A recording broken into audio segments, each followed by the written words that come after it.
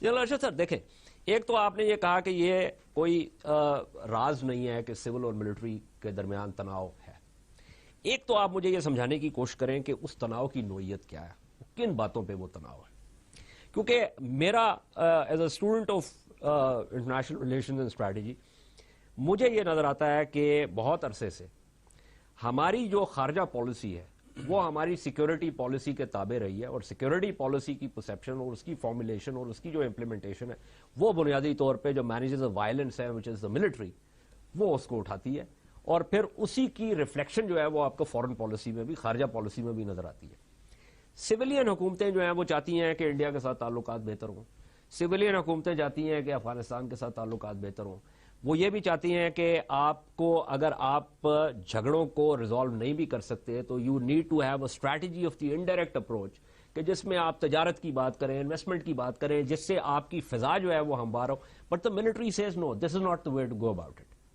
اب آپ مجھے بتائیے، because I am not an insider, you were an insider, how does this work? ایسے نہیں ہوتا. بات یہ ہے کہ نیشنل سیکورٹی پالیسی کی تشکیل یا نیشنل سیکورٹی کی آبجیکٹیوز یا نیشنل سیکورٹی میں کیا چیزیں جو ہونی چاہیے یا نیشنل ایمز اور آبجیکٹیوز کیا ہیں، یہ حکومت کی ذمہ داری ہوتی ہے. پرائم منسٹر اور اس کی ٹیم ہے، وہ جس سے مرضی چاہیں ان پٹ لیں، لیکن ذمہ داری اسٹیٹ کی ہوتی ہے، گورنمنٹ کی، to articulate national security policy. وہ نہیں کرتے. اگر وہ نہیں کرتے، دوسرا طریقہ یہ ہوتا ہے کہ جو ڈفرینٹ پالیسی ایشوز ہیں اس پہ ڈسکشن ہوتی ہے. مثال کے طور آپ نے کہا پاکستان ہندوستان کے ریلیشنز ہیں یا افغانستان کے ساتھ ریلیشنز ہیں، باقی انٹرنیشنل ریلیشنز کی بات چیت ہوتی ہے. انٹرنل پالیسی ہے فار ایگزامپل. جب آپ نیشنل سیکورٹی پالیسی ایک ڈاکیومنٹ کے طور پہ اویلیبل نہیں ہے تو پھر پالیسی جو ایشوز ہیں اس پہ ڈسکشن ہوتی ہے. نیشنل سیکورٹی کمیٹی ہے، پہلے defence committee of the cabinet ہوتی تھی، اس کے علاوہ میٹنگز ہوتی ہیں ہائی لیول کے اوپر لیڈرشپ کی، یہ ڈسکشنز ہوتی ہیں. پاکستان ہندوستان کے ریلیشنز لے لیتے ہیں. آپ نے کہا کہ حکومت چاہتی ہے کہ ہندوستان کے ساتھ اچھے ریلیشنز ہوں، اور شاید یہ پرسیپشن ہے کہ فوج نہیں چاہتی، جو کہ بالکل غلط ہے. میں آپ کو بڑے وثوق سے کہہ سکتا ہوں کہ فوج نے کبھی یہ نہیں کہا کہ ہندوستان کے ساتھ ریلیشنز اچھے نہیں ہونے چاہیے. کیوں نہیں اچھے ہونے چاہیے؟ ظاہر ہے ہم چاہتے ہیں کہ ریلیشنز اچھے ہوں.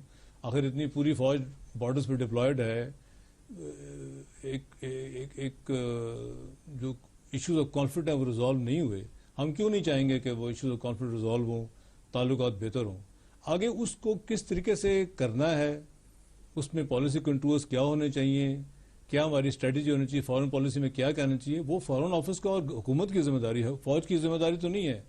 ابھی اگر ایک ایشو کے اوپر مثال کے طور پہ جی ایچ کیو کا یا جو لوگ میٹنگ اٹینڈ کرتے ہیں ان کا اوپینین ایک اوپینین ہوتا ہے، فارن آفس کا ایک اوپینین ہوتا ہے، حکومت کے اپنے لوگوں کا ایک اوپینین ہوتا ہے. وہ تمام اوپینینز دینے میں کسی کو کوئی حرج نہیں ہونا چاہیے اور سننے میں حرج نہیں ہونا چاہیے.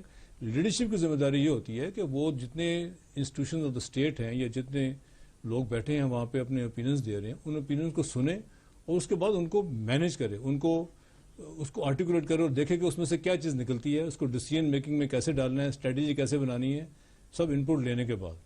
تو لیکن یہ کہنا کہ اگر حکومت ایک اوپینین دے رہی ہے اور فوج دوسرا اوپینین دے رہی ہے یا فارن آفس تیسرا اوپینین دے رہا ہے، اس کا مطلب ہے کہ وہ یہ چاہتے نہیں ہیں، یہ بالکل غلط پرسیپشن ہے.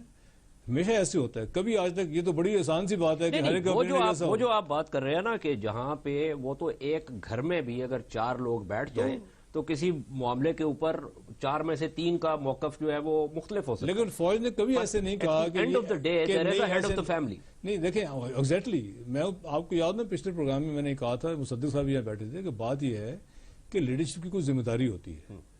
آپ اوپینین سنیں، اس کے بعد اپنا ڈیسیژن لیں. آپ کہیں جی میں تو یہ آپ سب کو میں نے بات سن لی ہے، this is what the government will do, یہ ڈیسیژن ہے، یہ میرے خیال میں ہمارے خیال میں اسٹریٹجی نہیں، سب اس کو فالو کریں گے.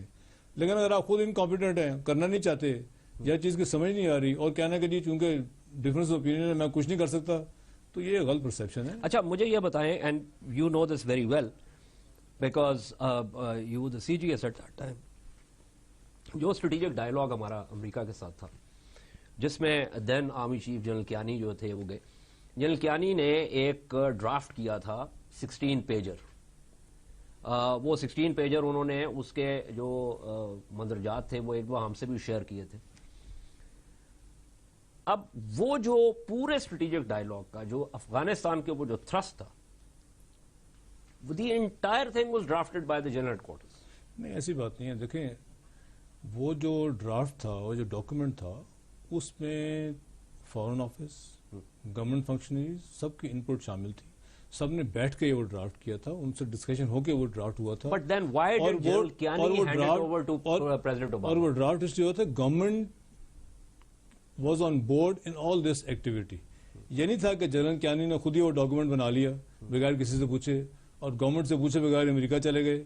No, he was part of the delegation. دیکھیں نا, وہی میں کہہ رہا ہوں کہ جب ایک چیز گورنمنٹ ڈیسائیڈ کرتی ہے کہ اس چیز کو ایسے کرنا ہے کہ ہم یہ ڈاکومنٹ بنائیں گے, آپ ہماری مدد کریں, یہ تمام لوگ بیٹھیں گے, ڈاکومنٹ بنائیں گے, گورنمنٹ سے شیئر ہوگا, گورنمنٹ اس کو اپروو کرے گی.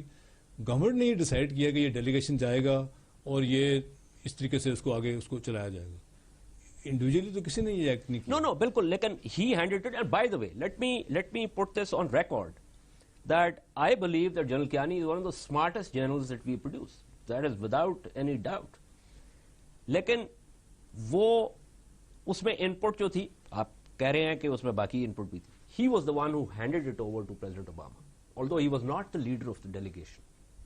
But here's the thing, doctor صاحب, وقفے میں جانے سے پہلے, I'm very happy کہ General Wahid Arshad, because I'm very fond of him and I respect his professionalism. وہ کہہ رہے ہیں کہ یہ ایک تاثر بنا ہوا اور یہ غلط ہے. لیکن ہم نے دیکھا یہ ہے کہ آپ ذرا یہ آج کل دیکھیں, مودی کے آنے کے بعد سے وزیر اعظم نواز شریف کے خلاف جو واٹس ایپ کے اوپر, فیس بک کے اوپر, ٹویٹر کے اوپر, سوشل میڈیا کے باقی اس کے اوپر جو پوری ایک کیمپین چلی ہوئی ہے, جس میں کوشش یہ کی جا رہی ہے کہ وزیر اعظم کو ثابت کیا جائے کہ یہ شخص جو ہے یہ غدار ہے اور انڈیا کے ساتھ یہ تعلقات یہ کرنا چاہتا ہے اپنے انٹرسٹ کے لیے, اور اس میں جو کانٹراسٹ کیا جاتا ہے وہ کیا جاتا ہے with the army. Who is running this campaign?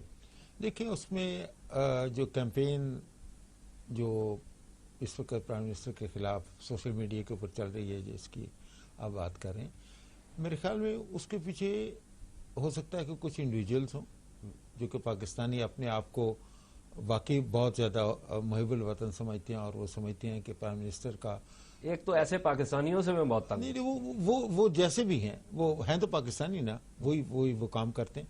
اور شاید یہ بھی ایک کچھ لوگوں کو جو جنرلی ڈس ایگری کرتے ہیں کہ پرائم منسٹر کا soft corner for this government is not good for Pakistan, اور میں ان لوگوں میں سے ایک ہوں. میں آپ کو یہ بتاتا ہوں, اگرچہ میں سوشل میڈیا کی حد تک نہیں جاؤں گا کہ میں پرائم منسٹر کے خلاف کمپین نہیں چلاؤں گا, لیکن میں سمجھتا ہوں کہ اس حکومت کا جو strategic understanding of Modi and his policies ہے وہ فلاڈ ہے.